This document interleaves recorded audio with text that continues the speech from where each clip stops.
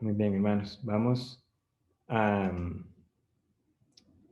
a iniciar, ¿verdad?, con el tema para esta noche. Y recordando lo siguiente, ¿verdad? Nosotros estamos estudiando este tema am, de la sencillez, ¿verdad?, de la vida espiritual. Literalmente el título en inglés sería más como simplificando nuestras vidas espirituales, pero, ¿verdad?, el versículo en el cual el hermano basa el título en nuestra versión se puede entender como esa sencillez de la devoción al Señor. Entonces, eh,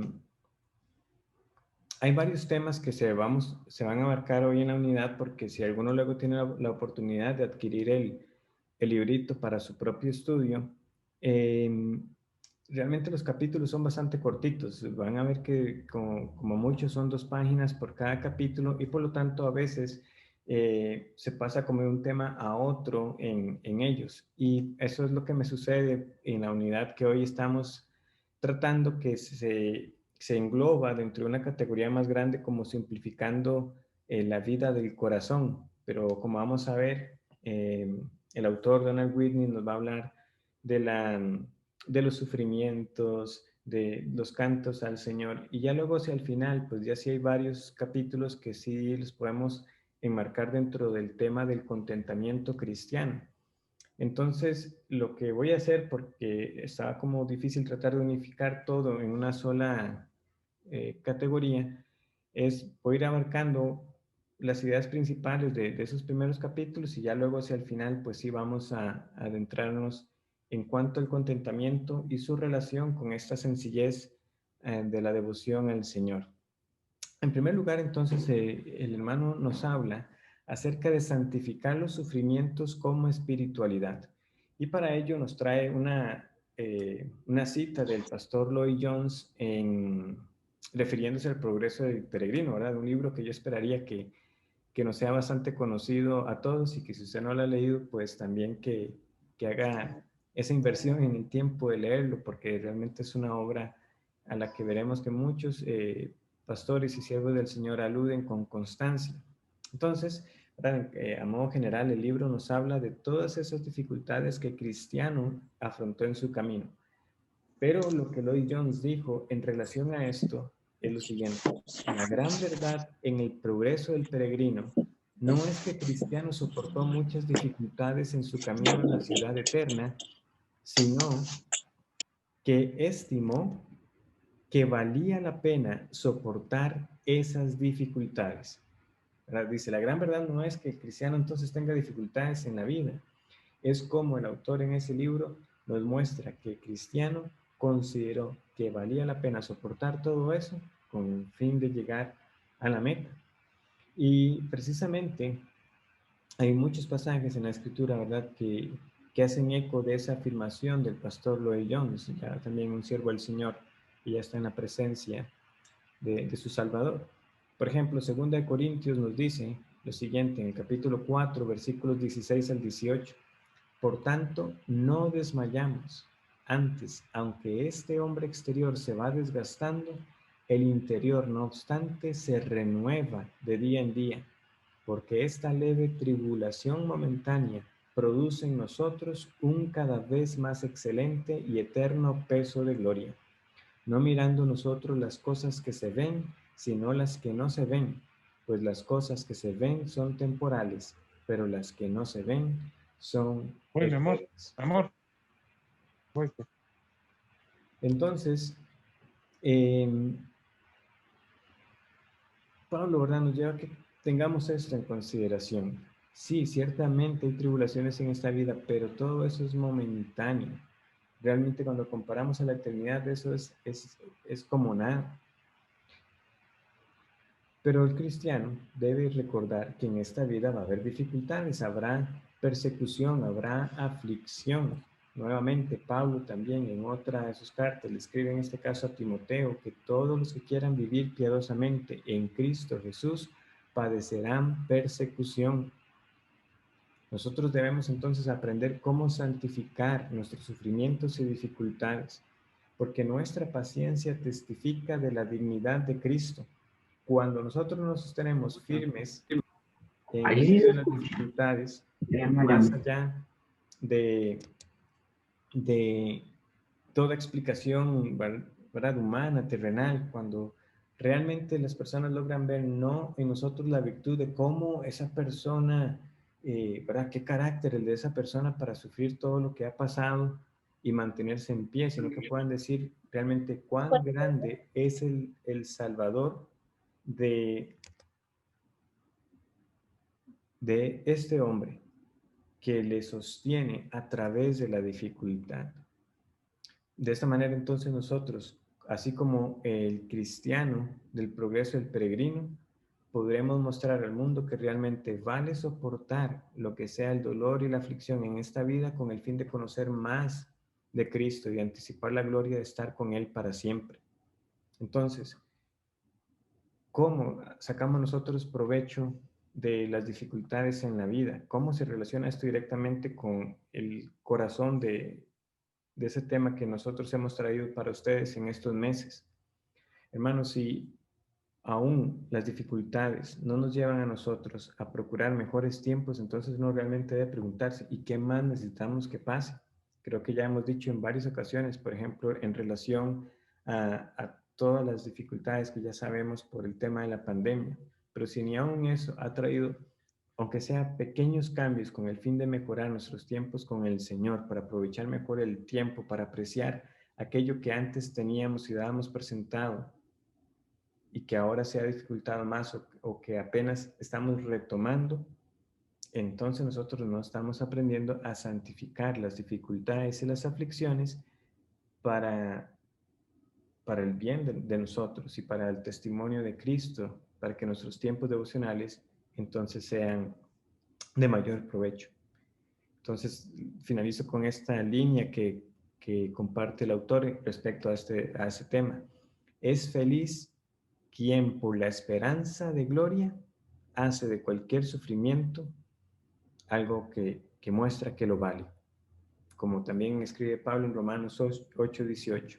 Pues tengo por cierto que las aflicciones del tiempo presente no son comparables con la gloria venidera que en nosotros ha de manifestarse. En segundo lugar, ¿verdad? Estamos viendo primero, debemos santificar las aflicciones. En segundo lugar, debemos mortificar el pecado. Ahora, esto lo voy a referir, ¿verdad? Algo muy breve. Nosotros hemos estudiado la mortificación del pecado de manera más extensa y para aquellos que ya tienen más tiempo con nosotros, recordarán también como por casi 2 años estudiamos la versión abreviada en español de la mortificación del pecado de John Owen. Y de nuevo, si usted no ha leído ese librito, pues también lo invitamos a que lo lea y también están las sesiones que se publicaron en ese entonces, están casi todas, creo que hay como 13 de las 14 exposiciones que llegamos a dar. Y el versículo lema, ¿verdad? Es conocido para nosotros, está en Romanos capítulo 8, versículos 12 y 13, donde Pablo escribe lo siguiente.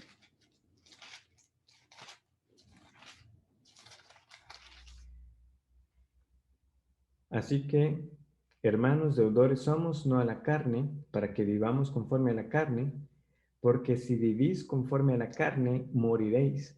Mas si por el Espíritu hacéis morir las obras de la carne, viviréis.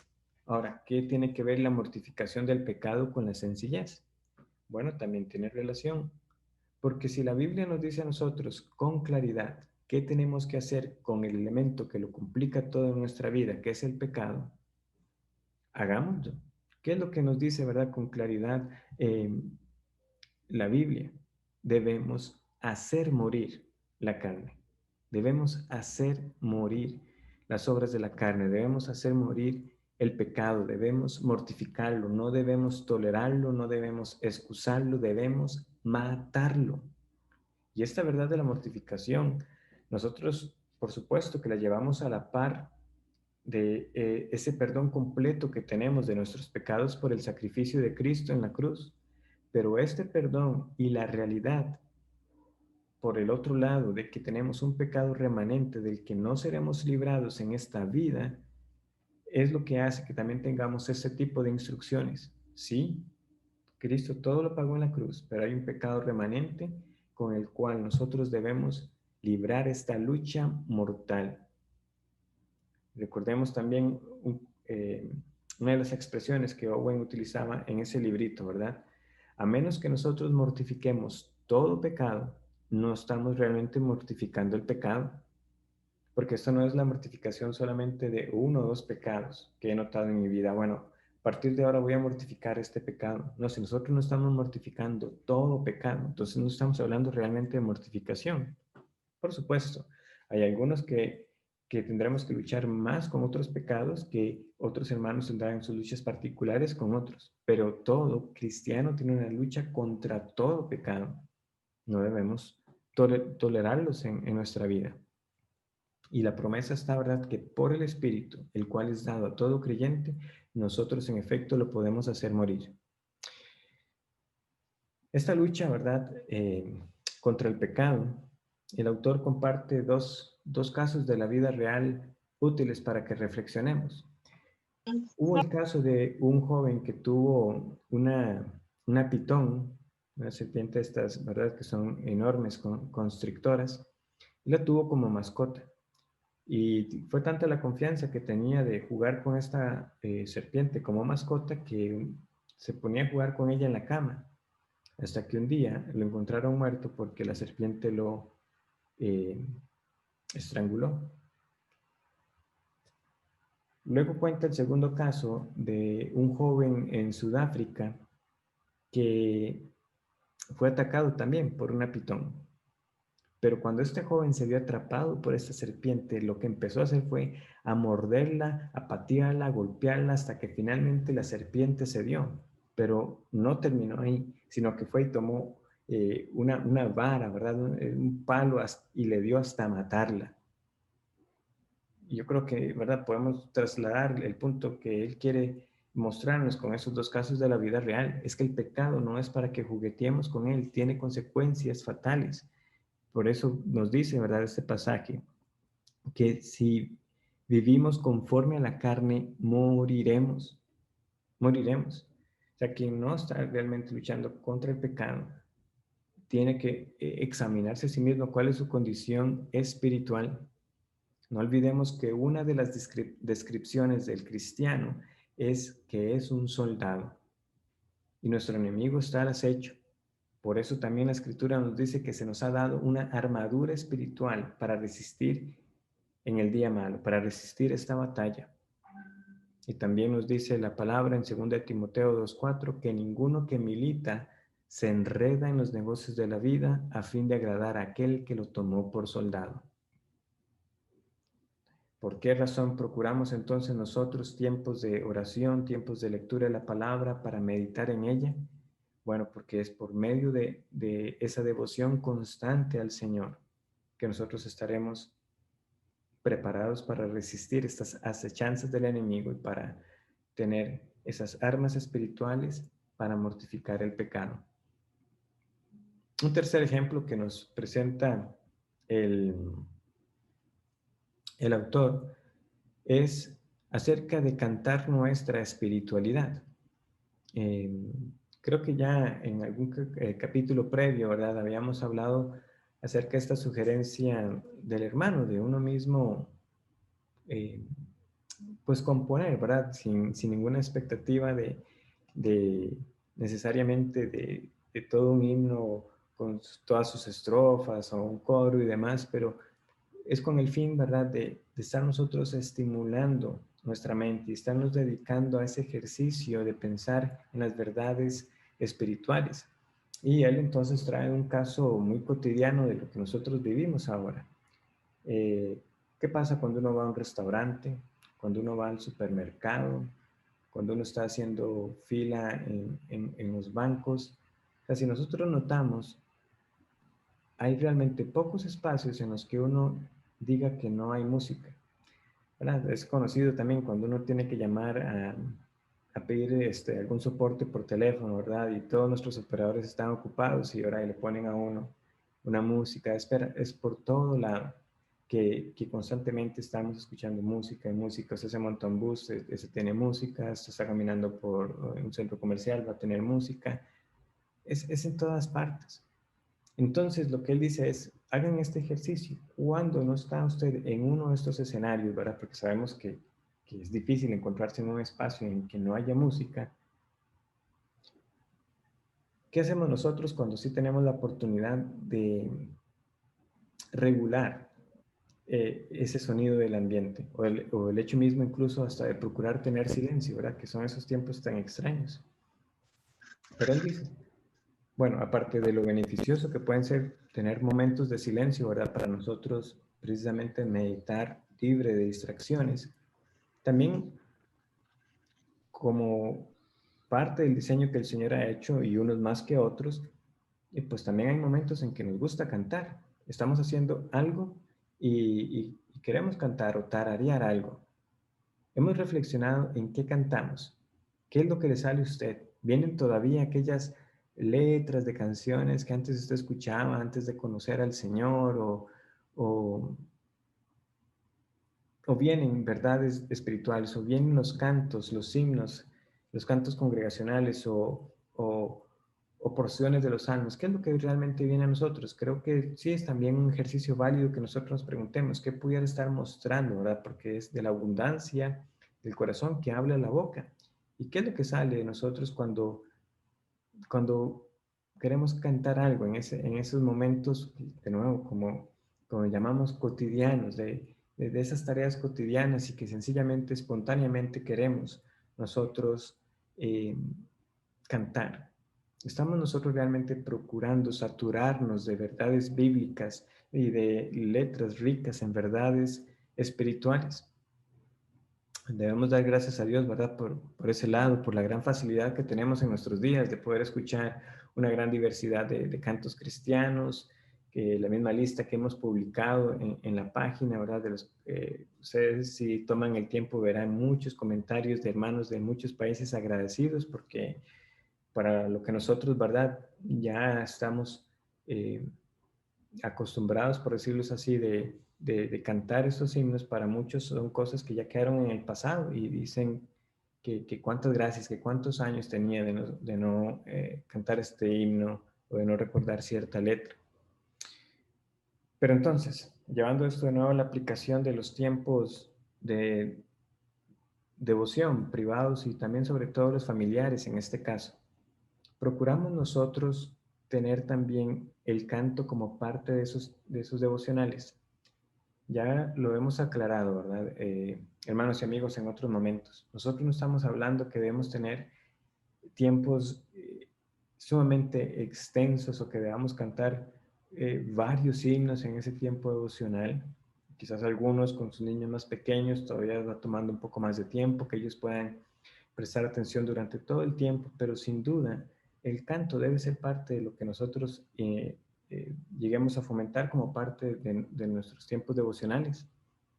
Eh, ya sea igual tomar un himnario, si tiene un himnario en la casa, e ir ahí en orden por todos los que conoce, o tomar hasta los mismos salmos. Ese fue un ejercicio que en algún momento llegamos a realizar en casa. Estábamos leyendo los salmos y a veces cuando uno se puede hacer un ejercicio, mira, es cierto, yo conozco una melodía con que se canta esta porción del salmo o el salmo completo, para que de esta manera nosotros estemos fomentando, ¿verdad? Que cantemos verdades espirituales. Y cuando uno cae en cuenta, verá que sabe mucho más de lo que uno se hubiera imaginado. También está un proyecto, ¿verdad? Que habrán visto en la página que se están publicando poco a poco un salterio. Muy bien. Entonces, recapitulando, debemos santificar, ¿verdad? Las aflicciones en esta vida. Debemos nosotros mortificar el pecado, debemos nosotros aprovechar espacios para cantar esas verdades espirituales. También el autor nos lleva a considerar acerca de las ambiciones. Él hace esta pregunta. Cuando a usted le dicen, usted es una persona con ambición, a veces pudiera sonar como un cumplido, o a veces pudiera ser una crítica, ¿verdad? Para aquellos que están en trabajos, que tienen esas revisiones anuales, ¿verdad? A veces tiene que pasar uno por esos momentos en que el supervisor tiene que preguntarle, bueno, ¿y cuáles son sus aspiraciones? ¿Verdad? Porque pareciera que en ciertos contextos no tener ninguna aspiración pues no sería nada favorable. Los cristianos debemos ser personas también con aspiraciones, con metas, porque tenemos una meta trazada, un destino al que queremos nosotros llegar y que nos ha dicho en la palabra, ¿verdad? Cómo debemos vivir entre tanto que llega ese gran día. Pero a diferencia de cómo lo ve el mundo, eso sí, los cristianos no buscamos avanzar a costa de las otras personas, no somos cegados por el simple hecho de querer riqueza o fama a como dé lugar. Pero un cristiano no sería consistente, ¿verdad?, con lo que cree, que sea conocido como una persona perezosa o sin pasión, o que o no tenga cuidado por la calidad del trabajo, de lo que hace, o que no se vea con motivaciones. Pero lo que nosotros debemos procurar es entonces esa vida fiel al Señor, que nosotros seamos hallados fieles. Eh, de hecho, Pablo le escribe a los tesalonicenses lo siguiente. En la primera carta a los tesalonicenses, capítulo 4, dice así, primera Tesalonicenses 4:11, y que procuréis tener tranquilidad y ocuparos en vuestros negocios y trabajar con vuestras manos de la manera que os hemos mandado. Este procurar se puede leer como tengan como ambición, tengan como meta, ¿verdad? Procuren, ¿verdad?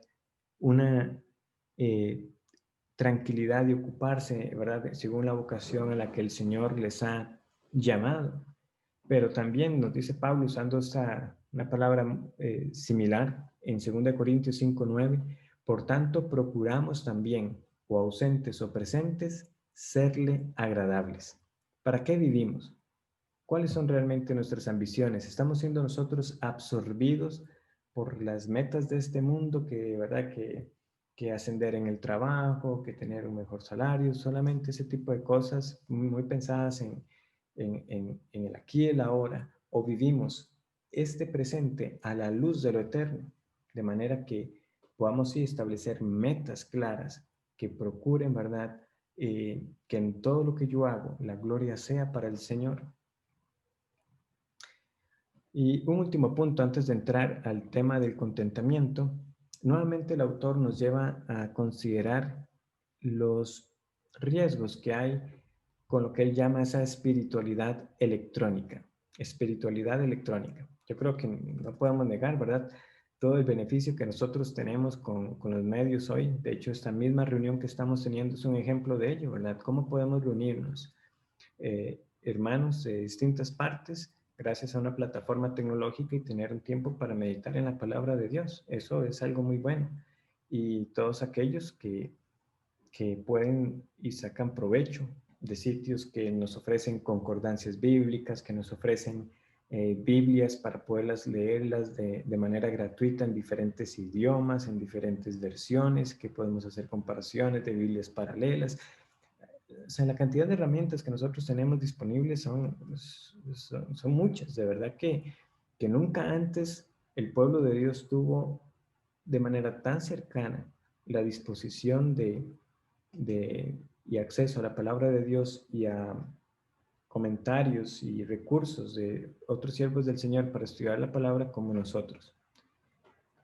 Pero si nosotros no tenemos cuidado, realmente esto se podría convertir más bien en un peligro. ¿Cuántos se han visto sorprendidos por el hecho de que, aunque cuentan con esas herramientas, ya sea en su teléfono o en la computadora, y cuando van a estudiar, ¿qué sucede? Entra una notificación, llega un correo, entra un mensaje nuevo, alguien comentó por acá, me etiquetaron por allá, y entonces uno se distrae. O cuántos, ¿verdad? También dicen, bueno, yo no lo uso tanto para el tiempo devocional, es decir, yo no, el tiempo devocional simplemente voy con mi Biblia, pero igual, si usted tiene sus tiempos en la mañana, por ejemplo, ¿cuántos de nosotros lo primero que hacen por la mañana es ir y revisar el teléfono? sea, nos levantamos y lo primero es ver qué pasó durante la noche. Si nos entró un mensaje, si llegó un correo, etcétera. Y entonces ese tiempo que ya habíamos apartado para nosotros meditar en la palabra del Señor se nos ve acortado. ¿Por qué? Porque resulta que de una notificación pasamos a leer otro mensaje y luego, mira, voy a aprovechar y contesto aquí o allá. Y realmente es un arma de doble filo. Nosotros debemos hacer ese esfuerzo intencional para decir primero lo primero. Si ese tiempo lo estamos teniendo por la mañana, que es un consejo usual que damos, ¿verdad? Pero no es ninguna regla para nada. Pero si lo primero que yo hago es tener ese tiempo de oración y solo yo con la palabra del Señor, y ya después reviso los mensajes, es decir, nosotros debemos aprender que si realmente hubiera habido algo urgente, será muy evidente, ¿verdad? Que nos estuvieran tratando de contactar. ¿Para qué? Para que nuestra mente esté lo más centrada posible en ese tiempo con el Señor. Porque el tiempo, ¿verdad? De la sencillez, de la devoción al Señor, no es simplemente ir a adquirir información por adquirir información, no es solamente sentarnos con un dispositivo y decir, ah, mira, qué curioso, el término original en el hebreo o el término original en el griego significaba esto, o en aquel momento histórico estaba pasando también esto. No solamente adquirir información, ese tiempo que nosotros buscamos tener es con quién, es con una persona, es con la deidad, es con el Dios Trino que nosotros vamos a, a ir a su palabra que nos ha dejado, a orar al Padre en el Espíritu por la obra mediadora de Jesús. Entonces tengamos cuidado simplemente, ¿verdad? Ese es el consejo. Hay muy buenas herramientas, pero no dejemos de lado eh, herramientas igualmente sencillas pero útiles. Una Biblia tradicional de papel y solamente y tengamos ese espacio, ¿verdad? Para realmente profundizar en las escrituras. Finalmente, tenemos la sencillez que debemos procurar relacionada con el contentamiento. Hace muchos años, ¿verdad? Otro siervo del Señor que ya también falleció, Jerry Bridges, escribió un libro llamado Los pecados respetables. Y él tenía una idea muy interesante en uno de sus capítulos donde nos hablaba del descontento legítimo y el descontento pecaminoso. Y eso puede sonar hasta extraño, ¿verdad? ¿Cómo puede haber un descontento legítimo? Pero vean cómo él lo planteaba. Por ejemplo, todos debemos estar insatisfechos con nuestro crecimiento espiritual. En el momento que no sea así, dejaremos de crecer. O también debe haber un descontento o un enojo profético o santo. Es decir, las injusticias y la maldad en la sociedad o cuando la verdad de Dios es pisoteada, también debe producir en nosotros una reacción. Pero yo le pregunto, ¿cuándo fue la última vez que realmente usted dijo, me siento realmente insatisfecho con los tiempos que estoy teniendo? Creo que podrían ser mejores. No me siento a gusto al ver el cristiano que soy todavía, ¿verdad? Usualmente, ¿qué es lo que pasa? Nuestro descontento con el que tenemos que luchar es porque no difiere mucho del descontento que vemos en el mundo. Eh, Porque quisiera tener mejores condiciones de vida, quisiera vivir en otro lugar, hay dificultades con los familiares, en el trabajo, o sencillamente, ¿verdad? No estamos contentos con las circunstancias que no podemos cambiar, pero que el Señor ha permitido en la vida. Por eso es que Pablo le escribe a Timoteo en la primera carta, ¿verdad? En el capítulo 6, versículo 5, que gran ganancia, ¿ven cómo lo dice? Es la piedad acompañada de contentamiento.